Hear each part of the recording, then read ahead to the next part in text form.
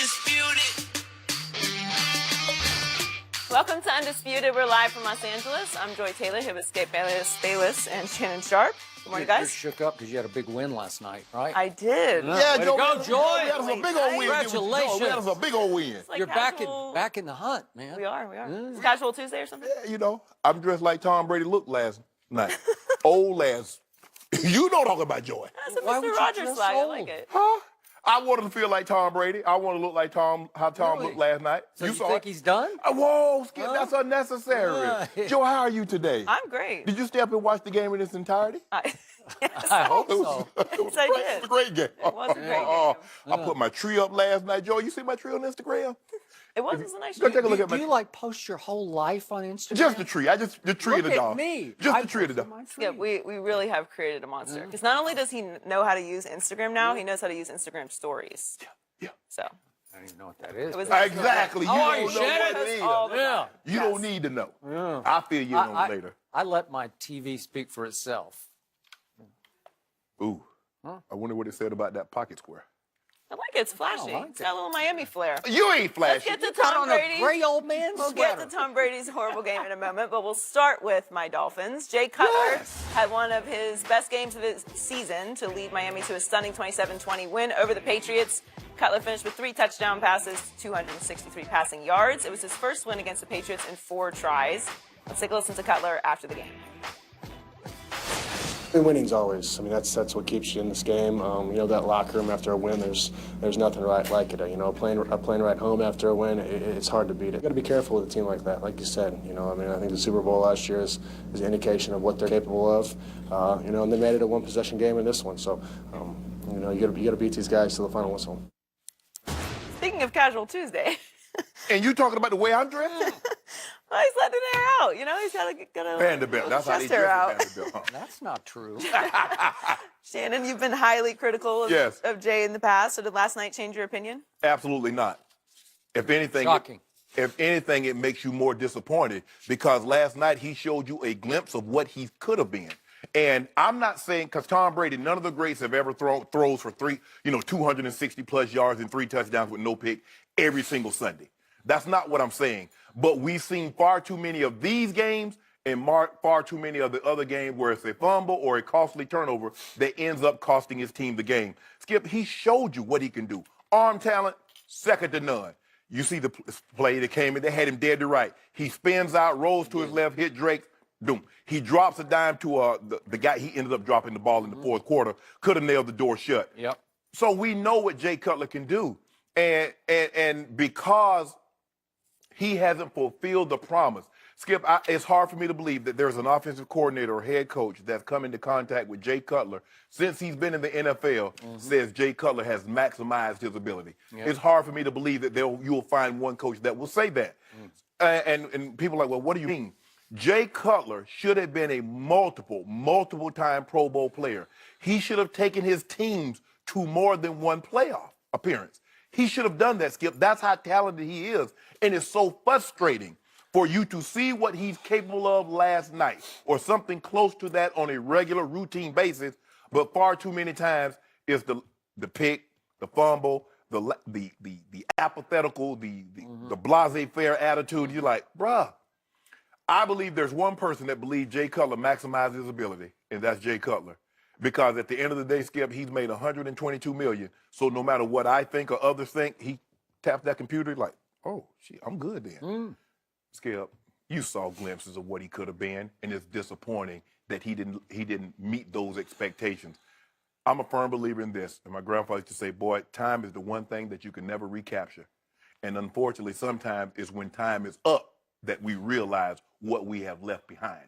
And I think Jay Cutler, as he nears the end, now somebody's going to see this game last night, Joy. Now the Dolphins gave him $10 million. Somebody about to offer him 12, 13 for next year. I'm just saying, I'm just putting that out there right now. Could be right. I'm just putting that out right now. But I do not believe this does not change. If anything, it makes me more upset. It makes me more frustrated because I know what Jay Cutler could have been, and I don't think he met those expectations. I had no idea where you were going to go with this off the top of the show. And I liked a lot of your points, and I agree with a lot of your points.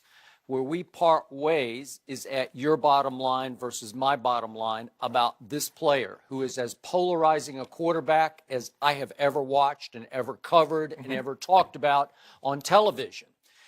And again, last night was tough on me because you know how much I love Tom Brady, but I have always liked Jay Cutler. Not loved, just liked. And again, he did go to my school, Vanderbilt, and I did go way out on really onto the ledge is where I went out. This is back in my days on cold pizza. And I said, this kid at Vanderbilt is going to be a franchise quarterback. And they howled at me. Vanderbilt quarterback is he's going to be a first-round pick. Watch. And guess who picked him? A guy you really respect, a guy we had on the show a couple of weeks back, Mike Shanahan. Does he not have some offensive genius about him? Absolutely. He does. Yes. And he traded up in the first round in the 06 draft to take Jay Cutler with the 11th pick, one pick after our Matt Leinart here at Fox. Yes. Obviously the USC Heisman Trophy winner, one pick after. Vince Young went at the top. I think he's the third overall pick. Yep. And if you look back at that draft, Jay came out the best quarterback in the draft. Kellen Clemens is still afloat. He was a second-round pick. He's still Phillip Rivers' backup in San Diego. Right. But if you look at that draft, and I don't know if it's saying that much, Jay ended up having the best quote-unquote career. So here's the problem with Jay Cutler. For long stretches of his career, he has been a pretty good starting franchise quarterback, occasionally a very good one.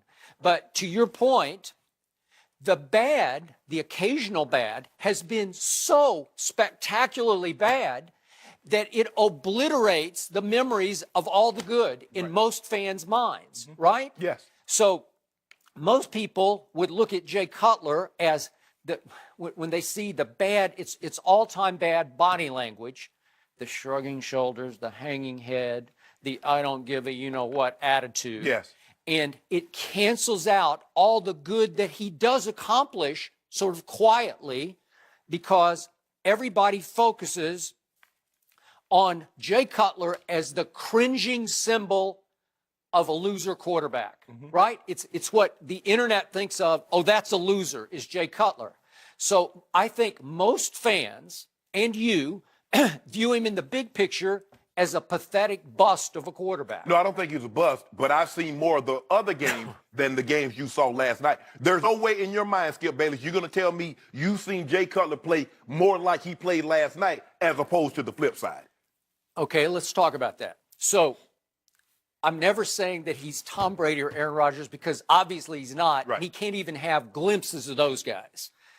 But he has been somewhere in the middle of starting quarterbacks. And I remind you, it's hard to find one of those guys. Yes. I don't think Ryan Tannehill is that guy. I've never liked him. I like Jay Cutler more than I like Ryan Tannehill. Now, is that, 6 of one, half dozen the other? Right. But still, Jay Cutler is a decent starting quarterback, and those don't grow on trees. But let's look at what Jay Cutler has done. Monday Night Football is the solo stage and what I think is the greatest sport in America, right? Yes. So what has Jay Cutler done on Monday night? A lot of pressure on Monday night, right? You're in the spotlight. You're often head-to-head against a really good quarterback who's perceived to be far better than you are. Jay Cutler is now 12-7 on Monday night. That means 19 times he's played on Monday Night Football. I threw that at you yesterday. You said there's no way he's played that many times going into last night. You know why he plays that many? Because everybody expects that this is going to be the years of the Bears. You could be right. But now, Jay Cutler, after last night, has on Monday Night Football 32 touchdown passes to only 13 interceptions. Well, if I told you, you'd say that's pretty good, right? Pretty good. Head-to-head on Monday Night Football, Jay Cutler has beaten, now, Tom Brady last night. He beat Aaron Rodgers. He beat Brett Favre. He beat Michael Vick. He beat Phillip Rivers. On Sunday Night Football, which is still a pretty big stage, he twice beat your man Big Ben Roethlisberger, once in Pittsburgh and once away from Pittsburgh, once at home. It was in Chicago, I think. And if you remember Colin Kaepernick coming off the Super Bowl season, followed by the narrow playoff loss at Seattle in the NFC Championship game. Right. After that next season, they opened Levi's Stadium. And Kaepernick and San Francisco went to Dallas and just crushed Tony Romo and company in what was going to be a big year for Dallas when they went 12-4. They crushed them in the opener. They went home for the opening of their stadium. And on Sunday Night Football, Jay Cutler threw 4 touchdown passes to no interceptions and shocked the San Francisco 49ers, led by Colin Kaepernick. Well, that's another quote-unquote signature win on a big night. Here's the thing, though, Skip, is that you point to individual game performances. You play more games on Sunday than you do Monday.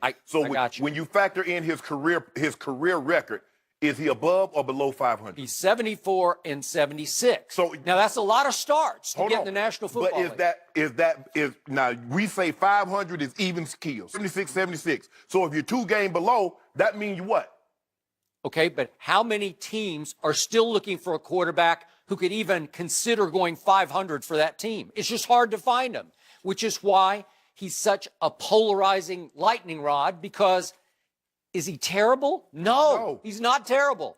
Is he great? No, he's not great. Jay Cutler is what we call, he plays just enough to get coaches fired and himself cut or traded. That's what Jay Cutler is. And everybody keeps saying, well, Shannon, look at all the head coaches he had. Look at all the offensive coordinators. You know why? Because he's gotten them fired. Because everybody keeps saying, you're not maximizing Jay Cutler's potential. And everybody comes in, I can fix him. I can get Jay to play at this high level. Cost Mike Shanahan, cost Lovie Smith, cost Tressman. He cost a lot of people their jobs. Yet, you have to give him some break for having 9 offensive coordinators in 12 seasons. Why? That's hard. Well, you can say it's partially because he got the head coach fired. It's also partially because he was in wrong places at wrong times, where there was just upheaval at the top of the organization, or the team wasn't very good around him. Everybody, Skip, they went and got Jay Cutler, and they tried to build around him. Denver, they tried to build around him. Okay, Josh McDaniel comes in. They didn't hit it off. They trade him. Chicago tried to build around him. Everybody tries to build around him. Okay, if they're building around you, how is it their fault? They went and got Brandon Marshall. You had Greg Olsen. You had Martellus Bennett. You had Matt Forte. But how many NFL franchises have a quarterback they would even consider building around? That's the problem. These don't grow on trees. It's hard to find one of these guys. And you should be even more out, because there was a guy that the team was willing to build around, and they still couldn't get it done with him. Okay, but you're coming down harder on him because he had 1 playoff appearance in 12 seasons. He beat Seattle in the first round, and then he had a grade, what do you call it? 1 is the top grade. Grade 1. MCL. MCL. Yeah, or I think it was MCL. Knee sprain. Yes. And it kept him out of the second half. He tried to go for a series and thought he couldn't go, and he winds up on the bicycle, so he's that cringing symbol of a loser on the bicycle against Aaron Rodgers in a home championship game at Soldier Field to get to the Super Bowl, right? Took that show on the road. You say he marched through Atlanta. Yeah. Marched through Atlanta like Sherman did. He didn't exactly march through Soldier Field that day, because he almost lost to Caleb Haney in the second half, and he was terrible. And he almost threw a pick 6. Remember that, to Urlacher? I almost went to the military, but my brother talked me out of it. I went to Savannah State instead. Here's the thing, though, Skip Bayless. You keep saying is that how many quarterbacks, this should make you even more upset than Skip. Here is a guy. You believe that Jay Cutler should have been a multiple-time Pro Bowl player. You believe that he did make 1. Multiple, yes. So, in other words, you're saying he's good making the playoffs just 1 time. If he's as talented, if he's as good as you say is, that's acceptable. 1 other year under Lovie where they went 10-6 and did not make the playoffs, and it was a decent year. It was decent. Hold on, didn't Matt Castle go 11-5 with the Pats? And you say, well, they didn't make the playoffs. Okay, then. So that's the thing I love about playoffs, Joey. It's kind of like being pregnant. Either you are or you're not. You either in the playoffs or you're not. You're either pregnant or you're not. So Jay Cutler went to the playoffs 1 time. What about the other time, Skip? Now, he had 12 other chances to get to the playoffs, so what happened then? He either had too many bad games or they had a bad football team around him. Skip, think about what they had. They had a top 5 defense for about 6 or 7 years while Jay Cutler was in Chicago. And his defense was like 1 or 2 in scoring defense. And what would always happen, Skip, at the end of the day, instead of him coming in on the white horse to rescue or save the day, he came in on a zebra and ruined the day. What happened, Skip? Look at Urlacher. Look at Briggs. All the Peanut Tillman. All that Pro Bowl talent on the defensive side of football. Tommy Harris. gone Alex, gone Wally, Agunlier. Yep. All those guys, all that talent. They give him Brandon Marshall. They give him Martellus Bennett. They give him Greg Olsen. They give him Matt Forte. They get offensive linemen. Skip, you keep telling me look what he had in Denver. Look what he had in Chicago. He had talent all around him. They can't say he was devoid of talent. Is he a great leader? No. No. Nope, he's not. Does he really, really care about winning championships? No, I don't think so. Does he have the capability on any given night of beating Tom Brady? Yep, he does. Or Aaron Rodgers, or Michael Vick, or Brett Favre? Yep. Yes. I can keep going down the line. And you know what, Skip? And all the head coaches that's been fired at the hands of Jay Cutler and all the offensive coordinators, that's what makes them so upset. Because he can beat Tom Brady on a given night. Because he can beat Aaron Rodgers and Brett Favre and Ben Roethlisberger and Michael Vick and Colin Kaepernick at his height. That's what's so disappointing. So Jay Cutler in his career has now thrown 226 touchdown passes, which ranks 30th all time, which is pretty good. There have been a lot of quarterbacks come and go. He's 30th all time, and he's ahead of Kurt Warner in touchdown passes, Joe Namath and Troy Aikman and Terry Bradshaw. He's ahead of those guys in touchdown passes because he has supreme arm talent. I also think he has a high football IQ. You have compared him, I can't remember if it's you or Rob Parker, but compared him to Jeff George. Jeff George was rock-headed to me. He just saw and fired. You know, like, I see a glimpse of color that's my jersey color, I'm going to fire it in that direction. Cutler has a high IQ. Ask any of the coaches who have coached him. He can chalkboard it. Even more reason I'm upset. Because he went to Vanderbilt. He has IQ. He has legs. He can run. He's very athletic. Supreme arm talent. Can throw the ball 70, 80 yards. Now, what has that gotten me, Skip? It's gotten me a guy that's under 500 for a lifetime record. It's gotten me a guy that's been to the playoff one time. How can I excuse that? He is a rambling gambler. He was from the start. And he can run with the ball. I know Gruden criticized him last night. He had one play in which he looked like he could have run for the first down. He could run for the first down. He threw, yes. Okay. All right. But he's an older quarterback, and I think he's learned, I can't try that anymore. You saw what happened to Carson Wentz. It doesn't pay long-term to keep trying to run for first downs. And he has learned that because the other thing about Jay Cutler is he's a tough guy. You look at the years that he led the NFL in sacks taken. He got the you-know-what kicked out of him in Chicago a couple of times, and you never heard one word about he's weak or soft or can't take the beating. Nope, he'll take it. He'll keep on jumping right up and throwing. For the better part of his career, he was paid as a franchise quarterback, and he did not meet those expectations. That's it. And if you saw him last night, you're very disappointed because you see what he could have been. He offered you a glimpse of what should have been. But at the end of the day, Skip, you've covered this as long as you've covered sports. There's always, be it basketball, baseball, football, whatever it is, there's always that one guy. Say, man, if he'd have just got it, he was so special. He could have really been. But usually that guy lasted 1 or 2 years, and this guy is in his 12th year, and you're predicting year 13, right? Because you know and, what? And I assume he has a job here at Fox waiting for him if he wants to take it. I don't know that for a fact. We've seen these NFL teams pull guys out that have been retired for 5 years. You don't think they were going to pull Jay Cutler out of retirement after 6 months? And guess what? They'll pull more guys because when you look at him, I mean, he's 6'3", 220 pounds. He got, he found out he had type 2 diabetes. He got that under control, so he got his body under control. You look at him, you're like, wow, there's nothing he can't do. He can throw on the move. He can throw from the pocket. As you mentioned, he's tough, but he left you wanting so much more, Skip. And that's what's sad about Jay Cutler's career. Okay, so if you like the Denver Broncos right now, what's the big problem? There's no. You got 3 quarterbacks and you have none. No, right? You don't like any of them. They have 3 guys that play the quarterback position. That is correct. And I can show you. We don't have time to go into it. I can show you 5 or 6 other teams.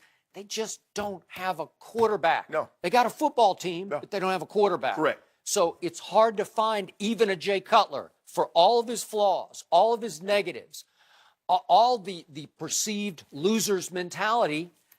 Man, he can still play quarterback at a really high level. But here's the thing, Skip.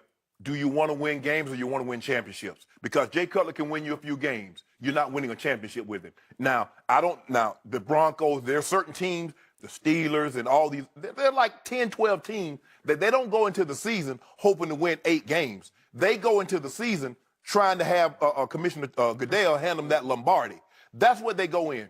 I don't believe Jay Cutler. I've seen enough tape. I've seen enough games. I just don't believe Jay Cutler can deliver that. Can he deliver you a few wins? Absolutely. Can he show you signs throwing for 300? The problem with your theory is there are only 5 top 5 quarterbacks, right? There aren't 10 top 5 quarterbacks. There are 5. But I still believe that Andrew Luck, given the right supporting cast, can take a team to a Super Bowl. Yeah. Okay, I'll buy that. Except I can show you that Brad Johnson won a Super Bowl and you won with Trent Dilfer. That was a different era, Skip. They don't allow you to play the rules like that. You could knock people out of the game. You could injure someone's quarterback. You could get really, really physical with receivers and tight ends. They don't allow that type of football now. Now, moving forward, if you look at it, you have to have that guy. Now, I'm not saying that everybody that wins a Super Bowl moving forward would go to the Hall of Fame, but you're going to need that guy to make the 1 to 2 throws, especially in an impact moment that's going to win you the game. Now, they could have iced this game. Remember, he was on the move, and he threw the ball, and the guy rolling to his right, and he threw it behind him. The game could have been over there. Those are the type of games that once you get into the playoffs or even as you first round, second round, championship, Super Bowl, those are the plays that will lose you a game as opposed to winning it for you. Okay, but he threw that deep ball to that Texas Tech kid, that Grant kid. He hit him right on the fingertips. And that's, as John Gruden immediately said, dagger, right? There's the dagger throw. So he made it on Monday Night Football. And it was it was the best throw of the whole game by either quarterback. You see what I'm saying, Joey? Now he just keep giving me more ammunition. I know what Jay Cutler can do. Drop the dime from 55 yards. Because they tell you to throw the ball. Skip, Mike used to tell John, I wanted 42 and 4. 42 yards deep, 4 yards from the sideline. Jay Cutler dropped it down perfect. Like he dropped it out of a chimney. He did. You know, Santa Claus was right around the corner. He coming down the chimney. That's how Jay Cutler dropped it down. And he dropped it. Makes me upset because I know he can do that. But I haven't seen enough of that. I've seen more of the pick sixes going the other way. The scoop and the ball coming out. Well, sorry, Skip. Not last night. Last night he was Joy, we got him in with Joy. Last night he was big play Jay. Joy, we got him in with Joy. You like it? We got him, Joy. Not who? Oh, Dolphins. I was the Dolphins last night. Oh, now you're with the Dolphins. I can't keep track. I'm back. Who you on the bandwagon? Who y'all play next week? I'm with that team. I'm against your team. That's what I'm against. Are we starting to see the beginning of the end for Tom Brady? We'll discuss that next. And I won't back down.